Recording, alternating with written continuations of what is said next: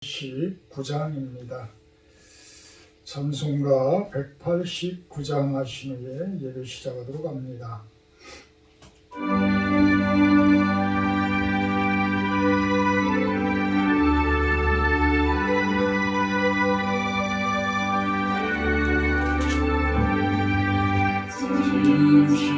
진실하신 주 성령 성부 곁에 계시사 순례길을 갈 때에 손을 잡아주소서. 모든 고난 사람들 기쁜 소식 들으니 성령 말씀하기를 너를 따라오라.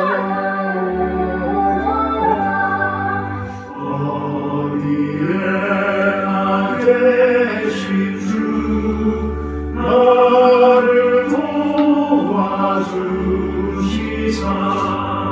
어둠 속을 헤맬 때 홀로 두지 마소서. 풍랑심이 일어나 소망 끊어질 때에 성령 말씀하기를 나를 따라오너라.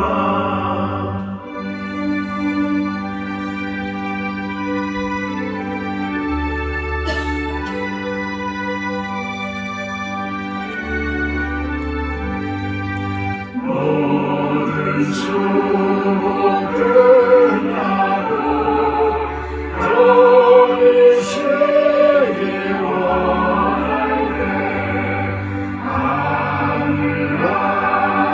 하늘나라 되길 천등에 오도다. 주만을 의지하고서 요단강을 건널 때 성령 말씀하기를 나를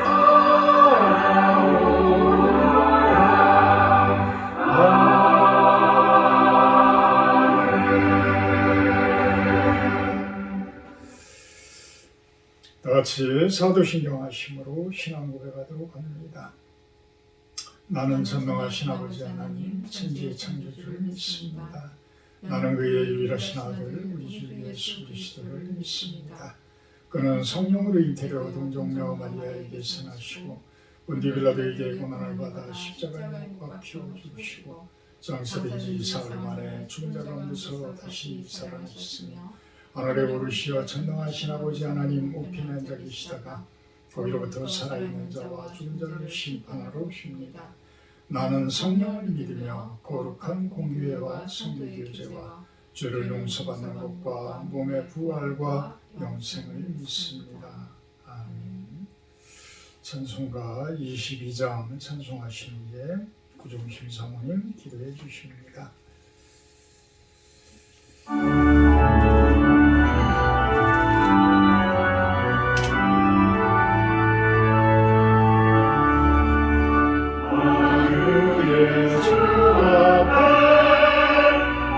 소리를 드리고 경배하면서 찬송을 부르세. 내 맘 열어 한 소리로 기뻐 주를 찬양하라. 영원한 그 나라 주 다스리시니 생명의 열쇠는 주님의 것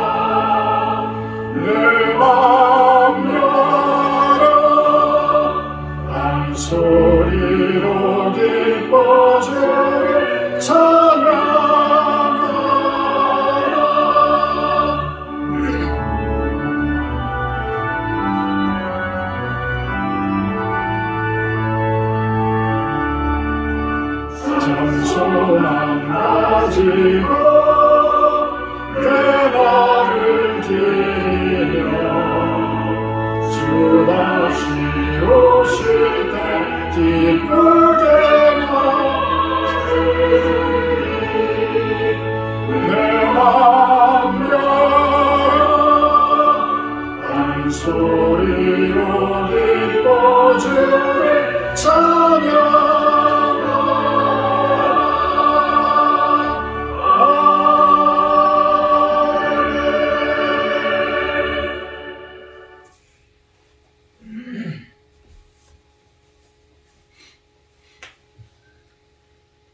사랑하는 주님, 오늘도 예배 자리를 사모하며 하나님 아버지께 감사로 예배를 드립니다. 2022년 벌써 3년째 접어드는 코로나 상황은 여전하지만 이 상황 가운데서 주님이 원하시는 것을 저희들이 찾기 원합니다. 하나님은 영이시니 예배하는 자가 영과 진리로 예배해야 할지니라고 기록된 말씀이 참으로 모이지 못하는 어려운 시간 동안 무형의 교회인 성전된 성도 한 사람 한 사람의 참 예배자를 찾으시는 줄 믿습니다. 아멘. 골방에서 각자의 처한 곳에서 오직 예배를 사모하고 하나님을 찾는 당신의 백성들을 긍휼히 여기시고 영과 진리로 드리는 예배의 삶을 어떠한 상황 가운데서도 살아낼 수 있도록 인도해 주시옵소서. 아멘. 이 산골짜기에서 드려지는 예배가 하나님을 기쁘시게 하고 우리에게 맡겨둔 구역을 하나님의 통치가 임하는 영역으로 변화시켜 주시기를 원합니다. 우상에게 절하고 귀신을 섬기며 점치며 음란의 영으로 가득 찬 이 지역을 예수 그리스도의 보혈의 피로 덮으셔서 하나님의 정결함과 거룩함으로 덮여지는 이 지역이 되기를 원합니다. 아멘. 이 지역의 교회와 목회자들을 도우시고 함께 하셔서 예배가 살고 말씀이 왕성하며 그 말씀의 열매가 가득 맺힐 수 있는 예수 마을이 되기를 또한 소망합니다. 아멘. 각 교회에 기름 부어 세우신 귀한 목사님들을 축복하시고 성령의 충만하심으로 귀한 목회의 사역을 잘 감당하는 선한 목자로 세워주시기를 원합니다. 아멘. 실로원 교회는 작지만 우리의 기도는 무궁한 하나님의 능력에 힘입어 더욱 지경이 넓어지고 기도의 열매가 하는 일마다 맺힐 수 있는 귀한 교회가 되기를 원합니다. 아멘. 위의 것을 바라보고 힘있게 나아가는 구도자의 삶을 살아가는 사랑하는 목사님과 우리 실로원 교회 모든 성도들이 되기를 간구하오며 우리를 구원하신 예수님 이름으로 기도하옵나이다. 아멘. 아멘.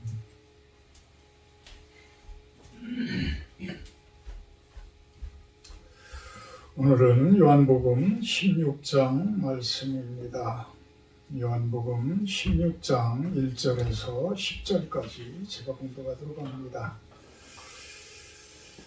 내가 이것을 너희에게 이르면 너희로 실족하지 않게 하려 하니 사람들이 너희를 출교할 뿐 아니라 때가 이르면 무릇 너희를 죽이는 자가 생각하기를 이것이 하나님을 섬기는 일이라 하리라. 그들이 이런 일을 할 것은 아버지와 나를 알지 못합니다. 오직 너희에게 이 말을 하는 것은 너희로 그때를 당하면 내가 너희에게 말한 이것을 기억나게 하려 하며 처음부터 이 말을 하지 아니한 것은 내가 너희와 함께 있었습니다. 지금 내가 나를 보내신 이에게로 가는데 너희 중에서 나더러 어디로 가는지 묻는 자가 없고 도리어 내가 이 말을 함으로 너희 마음에 근심이 가득하였도다. 그러나 내가 너희에게 실상을 말하노니 내가 떠나가는 것이 너희에게 유익이라. 내가 떠나가지 아니하면 보혜사가 너희에게로 오시지 아니할 것이요 가면 내가 그를 너희에게로 보내주니 그가 와서 죄에 대하여 의에 대하여 심판에 대하여 세상을 책망하시리라. 죄에 대하여라 함은 그들이 나를 믿지 아니하며 의에 대하여라 함은 내가 아버지께로 가니 너희가 다시 나를 보지 못하며 심판에 대하여라 함은 이 세상 임금이 심판을 받았습니다. 아멘. 오늘 말씀 제목은 성령 충만함이 답입니다. 성령 충만함이 답입니다. 이렇게 정해봤습니다.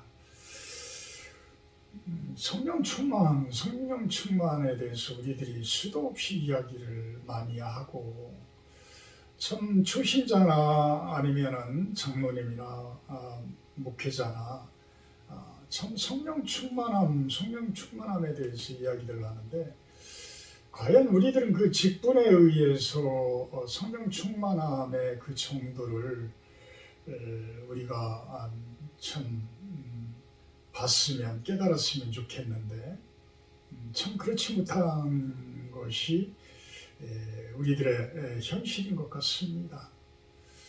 사실 성령 충만함이 답일지인데, 우리들은 얼마나 내 안에 성령이 충만한 상태로 살고 있을까, 우리 스스로가 한번 생각을 해보고, 내 안에 과연 성령께서는 얼마나 충만한 상태로 내 안에 계시고 나와 함께 하시고 내 안에 임재하실까, 그것을 한번 생각을 해보도록 합니다. 성령이 충만한 상태라면 우리들이 더 이상 책 잡힐 것이 없고, 주변의 사람들에게도, 우리 특히 목회자들은 성도님들에게도 어떤 싫은 소리를 들을 이유가 하나도 없을 거예요. 우리가 성령 충만하지 못하기 때문에 많은 교회들의 목자들이, 많은 교회들의 목사님들이, 많은 교회들의 장로님들이, 권사님들이, 집사님들이 잡사 소리를 들어가며 참 한국교회 참 큰일 났다 소리를 들어가며 참 온갖 욕들을 다 얻어먹고, 심지어는 목회자가 쫓겨나가는 그런 일까지 생겨나는 것을 봅니다. 성령 충만한 상태라면 감히 누가 그 목회자를, 장로님들을, 권사님들을, 집사님들을 손짓을 하겠어요? 손짓할 사람이 없죠. 손짓을 한다 그러면 그 손짓하는 사람들이 어둠의 세력들이 아니고서는 성령 충만한 상태의 성도들을, 하나님의 자녀들에 대해서 뭐라고 할 사람들은 없을 것입니다. 오늘은 16장에서는 그 성령의 일에 대해서 이야기를 하고 있습니다. 참 예수님께서는 2절 3절에 보게 되면 참 서글픈 이야기를 합니다. 너무나도 서글픈 이야기를 해요. 사람들이 너희를 출교할 뿐 아니라 때가 이르면 물은 너희를 죽이는 자가 생각하기를 이것이 하나님을 섬기는 일이다 라고 할 것이다. 이런 일이 일어난 것은 아버지와 예수님을 알지 못하기 때문이다. 누구를 두고 이야기를 하는 거예요? 그 당시에 율법 교사들, 또 바리새인들, 어떤 랍비라고 하는 사람들, 유대인들, 그들의 율법으로 율법에 대한 교리로 똘똘 뭉쳐진 그들의 모습들. 겉으로 봐서는 하나님을 너무 잘 섬기고 하나님의 계명과 법도를 아주 잘 지키는, 신명기의 그 명령처럼 하나님의 명령을 아주 잘 지키는, 하나님을 가장 잘 아는 그러한 유대인들. 그런 사람들이 예수님을 죽이는데, 예수님을 죽이고 예수님의 제자들을 죽이는데 그 일이 하나님을 위하는 일이다라고 생각을 한다는 거예요. 참 같은 하나님의 일을 한다라고 한다고 그러면 어떻게 그런 일이 일어날 수가 있겠어요? 그 유대인들의 랍비들, 그 어떤 제사장들, 이런 사람들은 자신들이 하나님의 가장 가까운 사람이고 유대인들을 대신해서, 그 백성들을 대신해서 제사를 드리는 그러한 제사장들이고 이런 중보자의 위치에 있는 사람이기 때문에 일반 백성들과 하나님 그 사이에 있는 제사장, 대제사장들이라고 착각들을 하고 사는 것이죠. 그렇기 때문에 말 그대로 안하무인이에요. 그 밑에는 사람도 안 보이는 거예요. 그냥 자신들이 가장 자신들의 말이 곧 법이고 자신들의 말이 곧 말씀이 되어지는 이런 율법교리, 이런 것들을 세워놓은 상태였던 것이죠. 그래서 정작 하나님께서 너네들이 그렇게 들렸다 얘기를 하다 말라기 선지자 BC 460년 그 말라기 선지자를 끝으로 더 이상은 이제는 할 말이 없어. 구제불능이야. 그러다 보니까 이제는 예수님의 하나님의 아들인 예수님을 보내게 되어지는데 그 예수님을 보낼 때에 그들이 어떤 모습으로 나올 것인지 하나님은 이미 알고 계셨던 것이죠. 그래서 당신이 직접 몸으로 오시고 성육신하셔서 몸으로 오셔서 그들에게 제물이 되어지는 그 죄의 제물이 되어지는 악의 제물이 되어지는 그러한 모습으로 십자가에 달려 죽게 되어지는 거예요. 그렇게 함으로 인해서 죄값을 치르면서 하나님께의 용서를 구하는 그러한 예수님의 그 헌신적인 그 모습이 아니고서는 달리 답이 없다. 그래서 예수님께서는 그것을 예상하면서 그 날이 가까워옴을 알기 때문에 이제는 제자들에게 그 이야기를 해주고 있는 거예요. 자, 이제는 내가 죽을 것이다. 너희 중에서도 어떤 사람들은 그들에게 붙들려서 죽게 될 것이다. 근데 그들이 우리를 죽이는 것은 하나님을 위하는 길이라고 그들은 착각하면서 그 일을 할 것이다. 실상은 그들은 죄의 올무에 빠져 있고 사탄의 올무에 빠져 있는 자들이다. 지금도 그런 이야기들을 하면 아마도 입에 칼을 물고 아마 덤벼들고 할 거예요. 그러면 그때 그들에게 한번 질문을 해보고 싶은 거예요. 지금도 이제 선거가 대선이 가까워서 대통령 선거가 가까이 오다 보니까 참 신문 기사들도 그렇고 그 기사에 댓글 다는 것들도 그렇고 보면은 그냥 뭐 입에 거품을 물고 진짜 칼을 물고 너 죽기 아니면 나 살기 그냥 싸우는 모습들이 아주 참 치열해요. 근데 우리 목사님들은 또 거기에 동조하면서 쫓아다니는 사람들이 또 많음을 봅니다. 요즘에는 좀 그래도 잠잠해졌어요. 코로나19 때문에 그래도 많이들 잠잠해졌는데 그래도 알게 모르게 속에서는 끊임없이 그 정치판에 끼어들어서 자신들의 그 말소리를 높이고자 하고 자신들의 주장을 높이고자 합니다. 그들이 과연 성령 충만한 상태로 이야기를 하고 있을까요? 저 또한 정치판에 끼어들다 보면 나도 감정이 그쪽에 휘둘려서 어쩔 수 없는 상황이 되어져요. 그러면 그때 나를 바라볼 때에 내 안에는 내가 꽉 차 있나? 성령님이 꽉 차 있나? 절대 성령 하나님께서는 악한 생각들로 판단을 하시지 않잖아요. 공의로움으로 판단을 해요. 의로움으로 판단을 해요. 그래서 분쟁이 일어나고 싸움이 일어나고 다툼이 일어나고 이런 모습이 아니라 악에 대해서 죄에 대해서 심판을 하는 모습으로 나타나요. 그런데 지금의 유대인들처럼 지금의 어떤 바리새인들처럼 정의를 파하고 옳은 일을 파하고 진정한 메시아를 죽이는 일이 하나님을 위하는 일이다라고 착각하는 그러한 목회자들은 안 계신지, 그러한 장로님들은 안 계신지, 그러한 권사님들, 집사님들은 아니 계신지 우리가 한번 깊이 한번 생각을 해볼 필요가 있지 않나. 나부터가, 우리부터가 이런 선거를 두고서 과연 우리들이 성령 충만한 모습으로 그 대선판을, 정치판을 바라보며 기도하고 있는지, 아니면 그들의 그 정치적인 이데올로기에 같이 동조하면서 빠져서 어떤 색깔론에 빠지고 어떤 정치론에 빠지고 이러면서 입에 거품을 물고 그곳에서 부르짖고 있는 우리들의 초라한 모습은 아닌지, 하나님이 보실 때에 과연 우리들은 그런 모습을 원하실까요?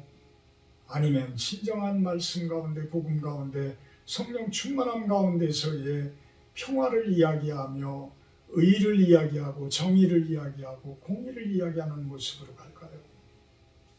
절대 사람은 성령 충만하지 않고서는 정의와 공의를 부르짖을 뿐이지 실천에 옮길 수 있는 능력이 없습니다.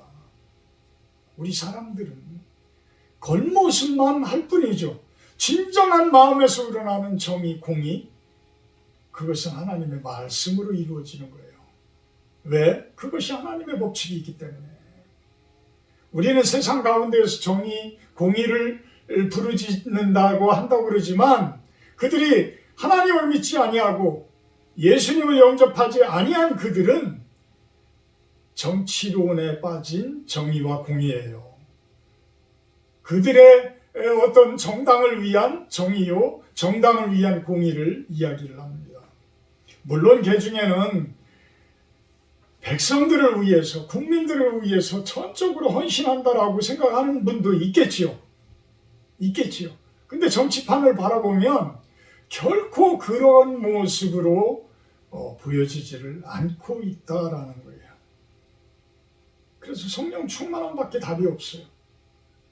예수님을 믿는 것조차도 못하는데 우리가 예수님을 믿고서도 성령 충만한 상태가 되려고 그러면 얼마나 오랜 시간이 걸려요. 그 얼마나 오랜 시간이 걸려요.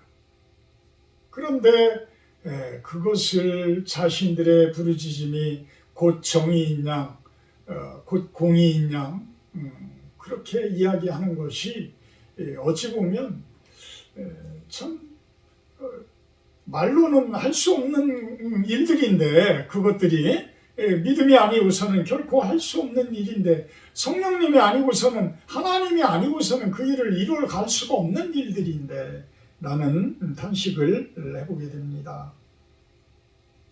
7절, 그러나 내가 너희에게 실상을 말하노니 내가 떠나가는 것이 너희에게 유익이다. 내가 떠나가지 아니하면 보혜사가 너희에게로 오시지 아니할 거다.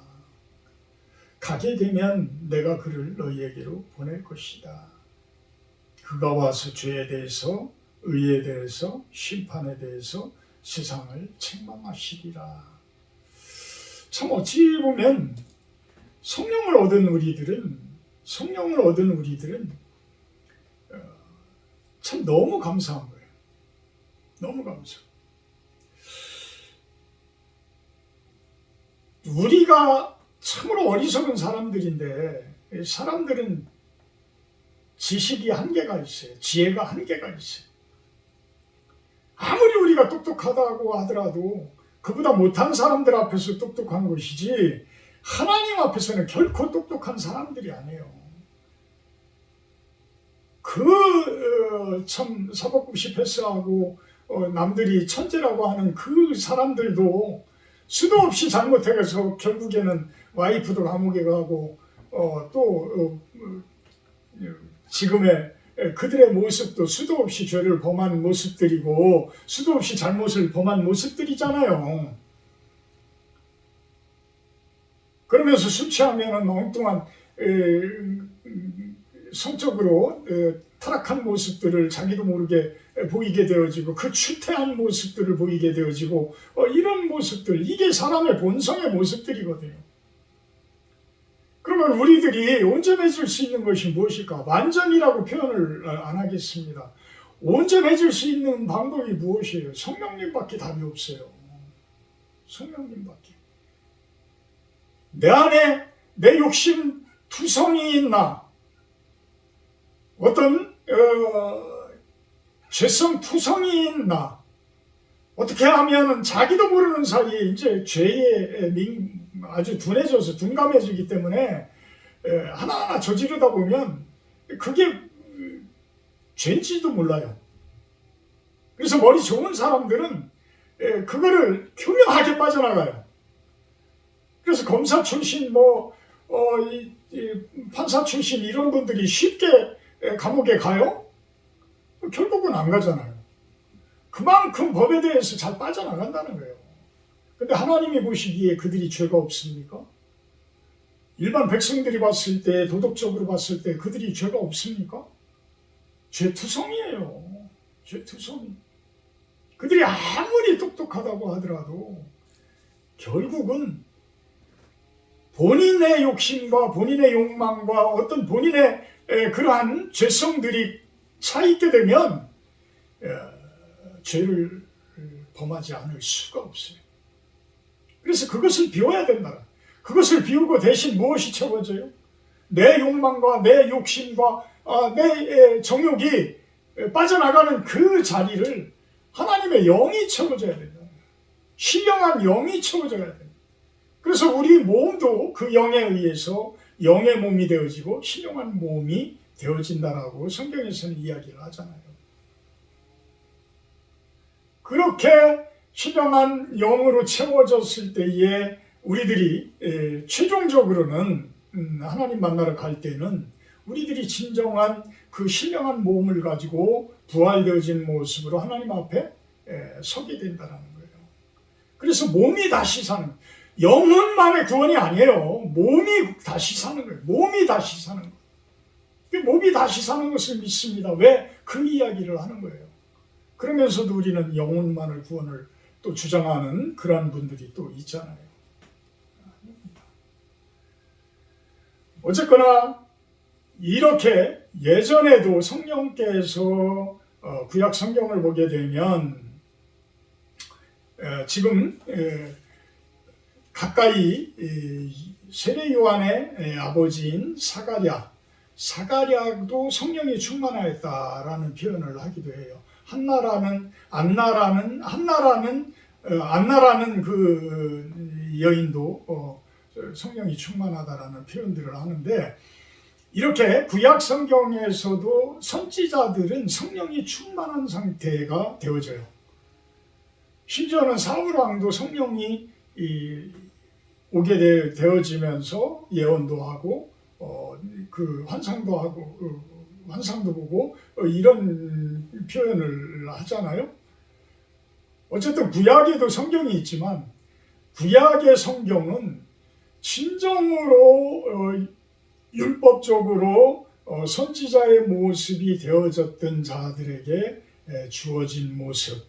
근데 이제는 7절을 보게 되면 예수님께서는 당신이 가셔야지만 그 보혜사, 그 성령이 성도들에게, 제자들에게 보내주신 거다라는 표현을 하게 됩니다. 그래서 이 예수님이 오시고 난 AC, after Christ, 뭐 이렇게 이제 우리가 before Christ, 이렇게 우리가 표현을 할 수가 있지만, 예수님이 오시고 난 이후는 우리는 성령의 시대라고 이야기를 하죠. 예수님이 오시기 이전에는 우리가 율법의 시대라고 표현을 한다고 그러면, 이제는 성령의 시대, 성령의 시대. 예수님께서 십자가에 달리시고 그 죄값을 우리 인류의, 모든 인류에 있는 이 우주 만물 속에 있는 그 죄값을 치르셨어요. 그래서 그 탕감을 받는 방법들은, 그 구원을 받는 방법들은 예수님의 이름을 가지고 가는 거예요. 예수님을 믿는 거예요. 예수님을 믿게 되어지면 뭐가 주어져요? 성령이 주어져요. 성령이 주어져요. 그래서 그 성령이 내 안에 들어오면, 내 안에 있는 내 욕심과 정욕과 죄를 떨어내면서 내 안에 성령이 들어오시게 되면, 그 성령이 점점 충만해진 상태가 되어지는 모습이 되어지면서 우리들은 참 기독교인이다. 참 기독교인이다. 그리스도의 마음을 품은 자들이다. 그리스도의 모습이 나타나는 자들이다. 이 표현을 할 수가 있는 거예요. 크리스찬. 그래서 우리들은 크리스찬들은 예수님의 모습이 나타나야 되는 거예요. 예수님의 모습. 예수님께서 성령에 의해서 잉태되어져서 성령으로 탄생되어진, 성령과 육신이 결합되어진, 성육신 되어진 모습의 완전한 인간, 완전한 사람으로 오셨잖아요. 우리는 완전한 사람은 못 될지언정 성령을 받기 때문에 그 성령에 의해서 우리는 크리스찬이 된 거예요. 그래서 더욱더 충만한 크리스찬의 모습으로 가게 되어지는 거예요. 그럴 때 어떤 모습을 하게 되느냐? 우리는 8절에 죄에 대해서, 의에 대해서, 심판에 대해서 세상을 책망할 것이다. 내가 하는 게 아니에요. 내가 하는 게 아니에요. 내 욕심 때문에, 내 어떤 욕망 때문에, 나의 공로 때문에 한다고 그러면 그것은 성령의 책망이 아니에요. 그것은 나의 욕심의 어떤 표현인 거예요. 그럼 여러분들은 세상 가운데 어떤 표현을 하고 있습니까? 정치에 대해서 여러분들이 그렇게 입에 거품을 물고 이야기하는 것이 과연 성령의 말씀으로 하고 있습니까? 그러면 성령의 말씀으로 한다고 그러면 진보 쪽에서 있는 성령의 말씀과 목사님과 어떤 보수 쪽에서 있는 목사님의 말씀들이 왜 그렇게 부딪히고 있어요? 똑같은 성령님께서 공의를 이야기하고 정의를 이야기하는데 왜 그렇게 부딪히고 있습니까? 똑같은 하나님인데 한쪽은 하나님이 아니실 거 아니에요. 그러면 그래서 정치적인 표현들이 과연 하나님의 뜻인지를 우리는 확실히 분별하지 못하면 함부로 이야기를 하지 말자는 거예요. 설사 내 마음속에 진보가 되어졌든 내 마음속에 보수가 되어졌든 죄에 대하여라 하면 믿지 아니함에 대해서 이야기를 하라는 거예요. 우리 대통령 후보 되시는 분들에 대해서 목사님들은 믿지 아니함에 대해서 이야기를 한다고 그러면 누가 뭐라고 하겠어요? 믿지 아니하는 것에 대해서 책망을 한다고 그러면 누가 뭐라고 하겠어요? 그게 성령님께서 하시는 이야기인데 의에 대해서 이야기하는 그것은 예수님의 십자가밖에 자랑할 것이 없다. 사도 바울의 이야기처럼 우리들이 이야기할 것이 그것밖에 없는데 그러면 그 대통령 후보 되는 분들한테 무엇을 이야기해야 돼요? 십자가의 사랑에 대해서 이야기를 해야 되는 거예요. 십자가 사랑에 대해서. 그것이 직접적인 표현은 아니더라도 은유적인 표현이더라도 그분의 선고를 돕고 있는 분들이라면 옆에서 성령의 말씀을 이야기를 해주시라는 거예요. 목사님들 정치판에 끼어들어서 정치적인 그 이야기들을 하면서 온갖 국민들에게 참 듣지도 못할 욕들 같이 얻어먹지 마시고 왜 하나님의 이름에 왜 예수님의 이름에 먹칠들을 하고 계십니까? 심판에 대해서 당당하게 이야기하자는 거예요. 심판에 대해서 예수님을 제대로 영접하지 못하고 세상 가운데에서 당신의 욕망을 위해서 당신의 업적을 위해서 당신의 어떤 그러한 정욕만을 위해서 살아간다는 것에 대해서 하나님께서는 반드시 심판을 하십니다. 반드시 심판을 하십니다. 여러분들은 그 이야기를 과연 대통령 후보들에게 하고 계십니까? 성령이 충만하신 분들은 이야기하실 겁니다. 왜? 성령께서 책망하시는 거기 때문에. 성령께서 책망하시는 거기 때문에. 그래서 13절에 이야기합니다. 진리의 성령이 오시면 그가 너희를 모든 진리 가운데로 인도하실 것이다. 그가 스스로 말하지 않고 오직 들은 것을 말하며 장래 일을 너희에게 알리시리라. 진리의 성령님께서 오시면 우리 안에 오시면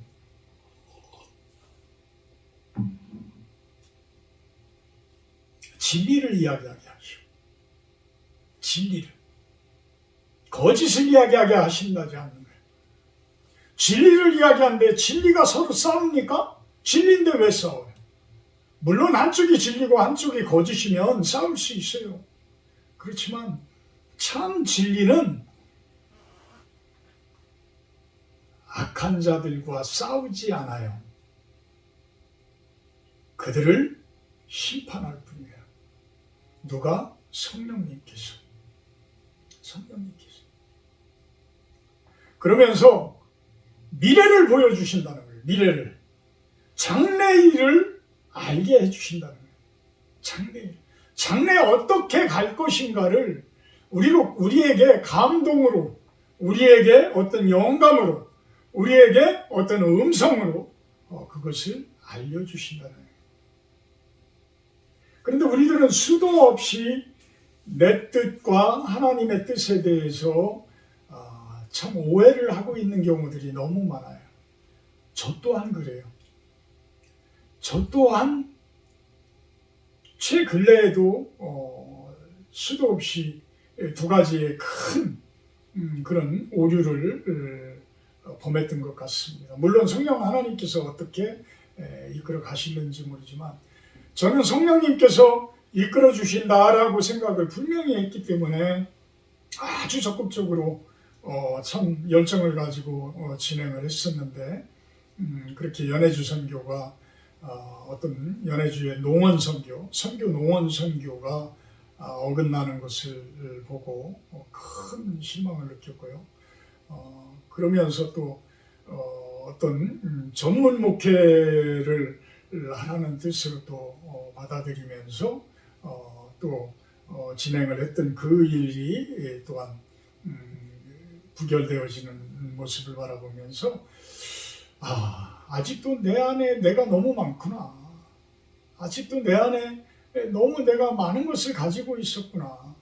내가 너무 가득 차 있었구나. 그래서 내 생각만 너무 많이 하고 살았던 모양이구나.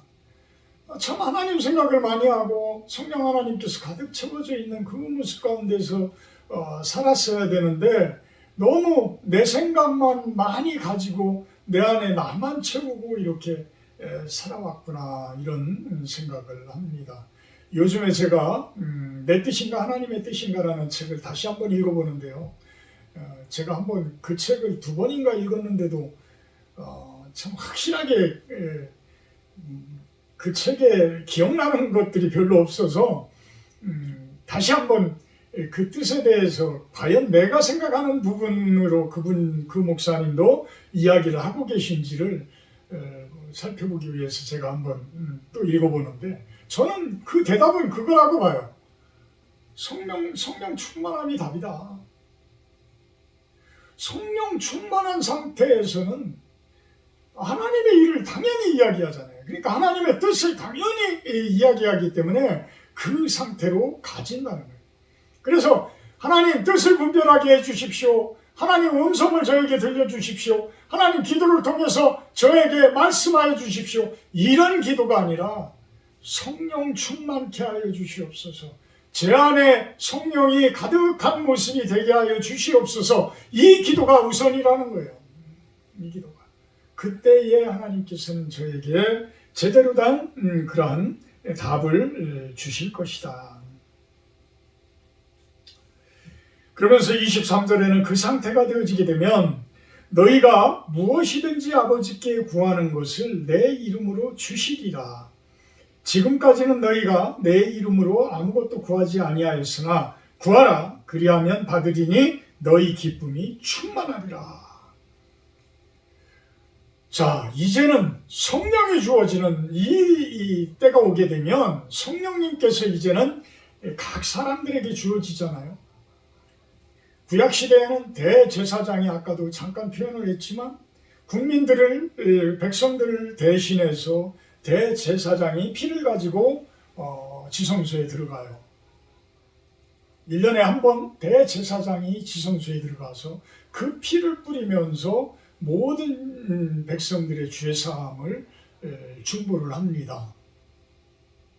근데 그 대제사장이 성령이 충만하지 못해. 가톨릭으로 이야기하면 교황이 성령 충만하지 못한 상태가 돼버려. 그러면 백성들도 다 헛개야. 백성들도 다 헛것이 돼버려요. 죄송합니다. 제가 교황이라는 표현을 그렇게 한 것은 취소합니다. 어쨌든 구약시대에 대제사장이 들어가서 모든 국민들을 대신해서 그 안에 들어가서 제사를 올리게 되어지는데 그 대제사장이 썩었으면 과연 하나님께서 그 제사들을 받겠어요? 안 받는 거예요. 460년, 말라기 선지자 이후에 460년이라는 시간 동안에 하나님의 말씀이 없었어요. 하나님의 말씀이 사가랴에게 임하니 이제는 그 성령 충만한 사가랴에게 임하는 그 시간이 460년이라는 그 긴 시간이 걸렸다라는 거예요. 근데 이제 예수님께서는 십자가에 달리고 나서 보혜사를 우리들에게 주면서 우리들은 이제는 각자가 뭐예요? 제사장들이에요. 각자가 성령을 얻는 제사장들이 된 거예요. 그래서 루터는 만인 제사장이라는 표현을 합니다. 우리 개개인들은 성령을 받은 제사장들이에요. 이제는 성령을 받은 크리스찬들이에요. 크리스찬. 그리스도가 내 안에 계시다. 그리스도가 내 마음속에 계시다. 그런 제사장들이에요. 작은 예수 제사장들이다. 예수의 이름을 선포할 수 있는, 그 이름으로 기도할 수 있는, 그래서 무엇이든지 예수 그리스도의 이름으로 구하게 되면 이제는 하나님께서 그 큰 일을 하셨기 때문에 그 예수님의 이름으로 하는 기도를 들어주신다는 거예요. 왜? 이제는 모두가 예수님의 친구들이고 하나님의 자녀가 되는 권세를 주셨기 때문에 요한복음 1장 12절처럼 이제는 모든 우리들이 하나님의 자녀가 된 그러한 작은 예수들인 거예요. 그래서 우리들이 예수님의 이름으로 라는 기도를 통해서 그 힘에 의해서, 예수님의 능력에 의해서, 예수님의 그 권세에 의해서 하나님께서는 이제는 우리들의 기도를 직접 들어주신다는 거예요. 직접 들어주신다. 구약시대는 제사장의 제사를 통해서만 들어주셨는데 이제는 각자 성령을 얻은 우리들을 통해서 들어주신다. 얼마나 참 좋은 그런 일들이에요. 여기에서 무엇이든지 이것을 가지고 성령 충만한 상태도 아닌 분들이 하나님의 그 섭리를 벗어난 기도를 하면서 하나님의 법칙을 벗어난 기도를 하면서 자신들의 욕심만을 위해서 자신들의 어떤 공로를 위해서 기도하면서 이루어진다 거짓말하기도 하고 이런 모습들을 얼마나 보여줘요. 예수님의 이름은 예수님께서 보실 때에 그 권세가 있는 그 이름의 권세가 있는 기도, 예수님께서 받아들일 수 있는 그 기도. 그래서 우리는 예수님 안에서, 예수 그리스도 안에서라는 표현을 성경에서는 많은 곳에서 하잖아요. 그 안에서. 바깥에서 기도하면 무엇이든지 들어줄 수가 없는 거예요. 그럼 사탄 마귀가 바라는 것을 기도한다고 해서 예수님께서 들어주시겠어요? 하나님께서 들어주시겠어요? 못 들어주시잖아요. 그 일을 들어줬을 때에 하나님의 정의와 공의가 어긋난다 그러면 그 기도를 들어주시겠어요? 못 들어주는 거예요. 그렇지만 어떤 아픈 사람, 병들어 있는 사람, 오늘도 참 서재호 집사나 우리 아파서 힘들어하는 우리 유석영 집사님, 우리 김진용 권사님 이런 분들을 위해서 제가 쭉 기도를 했지만 그런 기도는 정의와 공의를 어긋나는 게 아니잖아요. 그러니까 우리는 힘껏 기도해서 그분들이 병을 낫는다는 것이 하나님이 얼마나 기뻐 받을 수 있는 일이에요. 그분들이 몸이 육신이 고장나는 것들을 건강하게 해줌으로 인해서 그분들이 더욱더 하나님의 일을 할 수 있다면 하나님께서는 낫고 주실 거예요. 치료해 주실 거예요. 우리가 성령 충만한 상태로 그분들을 위해서, 그분들이 아픈 그분들이 성령 충만한 모습이 되도록 우리가 기도를 할 때에 성령님께서 그 안에 들어가셔서 그들의 몸을 신령한 몸으로, 그들의 몸을 영적인 몸으로 아주 건강한 몸으로 만들어 주실 줄 믿습니다.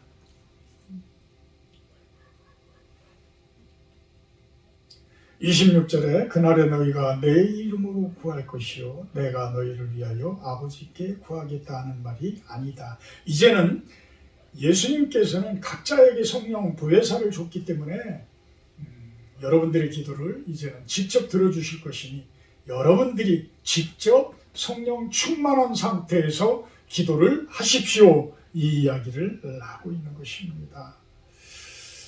33절에 이것은 너희에게 이르는 것은 너희로 내 안에서 평안을 누리게 하려 함이라.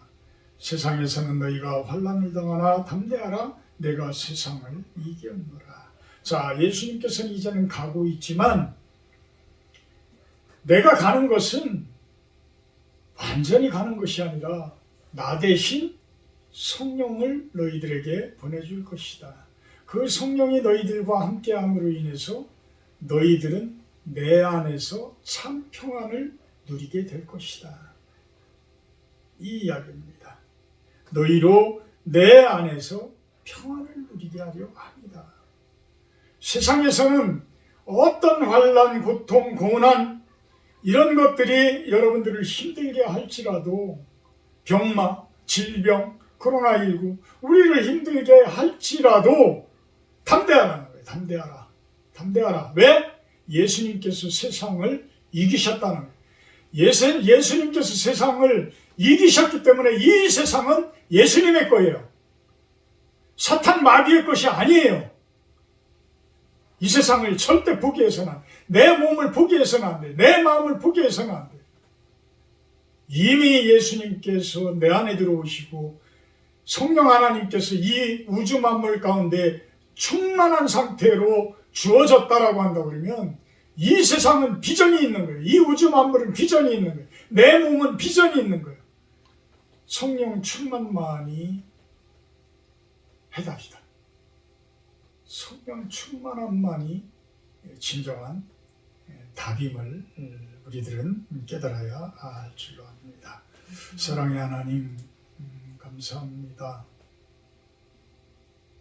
저희들로 성령 충만한 모습이 되게 하시고 저희들의 가정마다 성령이 충만케 하시고 저희들의 직장, 사업장마다 성령이 충만케 하시고 저희 교회에 성령이 충만케 하시고 우리 대한민국 온 세상에 우주 만물 가운데 성령이 충만케 하여 주시옵소서. 그날 그때까지 충성되어진 종들의 모습이 되게 하여 주시옵소서. 예수님의 이름으로 기도합니다. 찬송가 194장 찬송하신 후에 주기도문으로 예배 마치도록 합니다.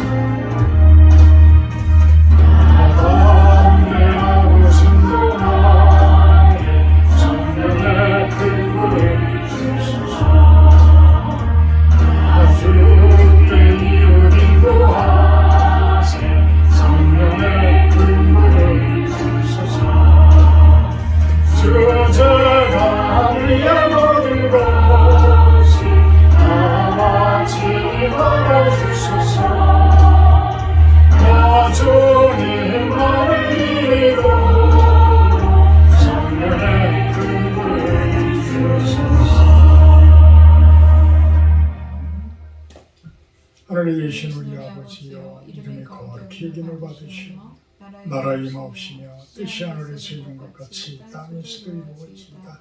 오늘날 우리에게 일용할 양식을 주옵시고 우리가 우리에게 죄진 자를 사하여 준 것 같이 우리의 죄를 사하여 주옵시고 우리를 시험에 들게 하지 마옵시고 다만 악에서 구하옵소서. 내게 나라와 권세와 영광이 아버지께 영원히 있사옵나이다. 아멘.